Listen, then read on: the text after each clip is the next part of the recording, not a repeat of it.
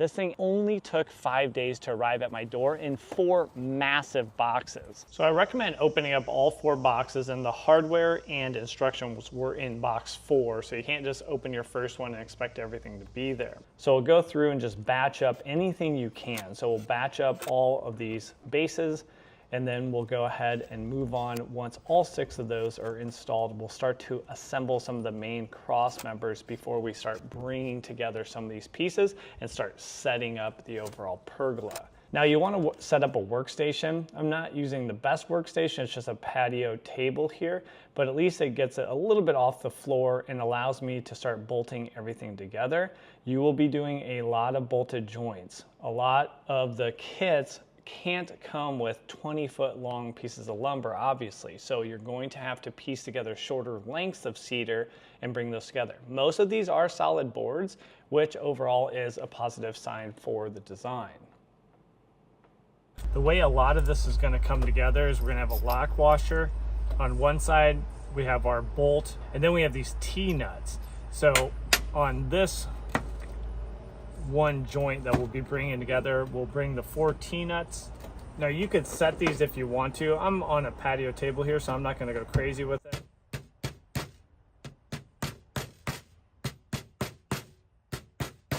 But those will pull in once we get our threads started. So this one specifically is going to go on the back side. We'll start lining up our holes.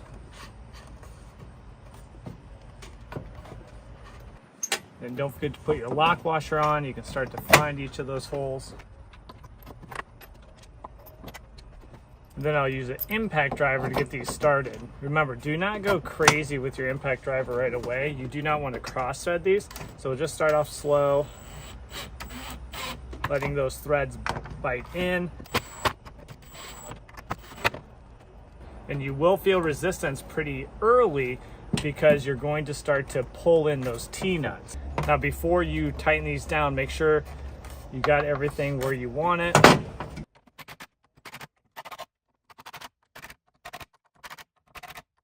So now with all those end wall and sidewall joists complete, we can start building out the walls. First, we'll start off with one of the 12-foot side walls, and that will be complete. So we'll build this out, and then we'll start to kind of piece together these side sections. This is going to be the longer 20-foot section, so it's going to be multi-piece.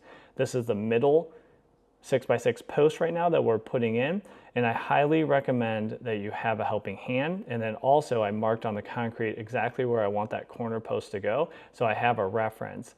This is going to continue to get harder and harder to get the posts where you want them, so I recommend spending some extra time right now. And with another helping hand, you can make sure the posts are all where they want to be and you get them plumb. So I'll build out that other side wall, place that up, and then continue to build out the rest of the 20-foot section. The other sidewall here, the 12-foot sidewall, I will go ahead and place the extension boards on here for those side joists. And then I'll use a pressure treated 2x4 just as a little bit of a holder there so I can prop everything in place and get it all screwed in. Now this is the time I recommend that you go around and you make sure that all of your 6x6 posts are plumb and where you want them. Check your spacing to the house.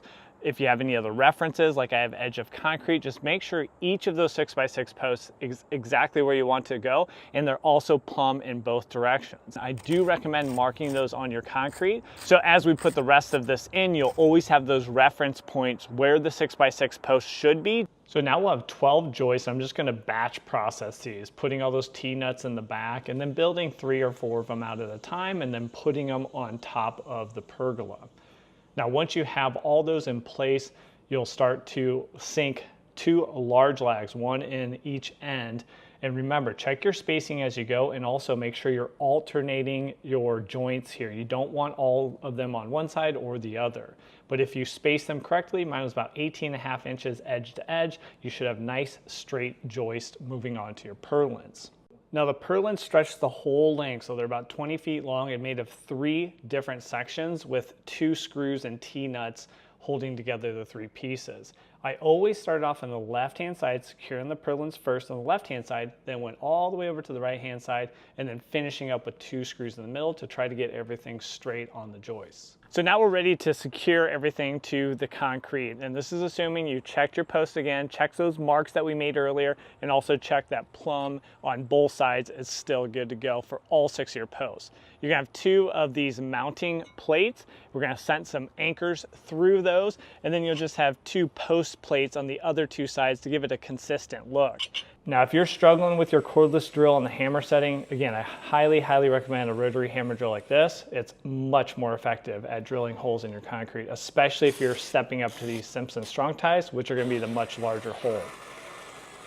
So we'll drill out, making sure we're at least 1 inch past the concrete anchor itself, and then just drive that home for a strong hold.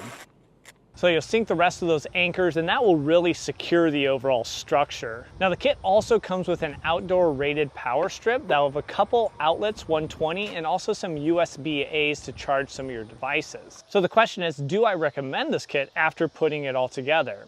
Overall, shed kits, greenhouse kits, pergola kits, gazebo kits usually can be hit or miss in terms of their quality and the finished product you get. But this one overall is very high quality, and this is one of the best kits I've ever put together. I'm very impressed with the lumber quality, the hardware quality, and the very few tweaks I had to do to get the end product that I wanted. But let me know what you guys think. Also, what questions you have.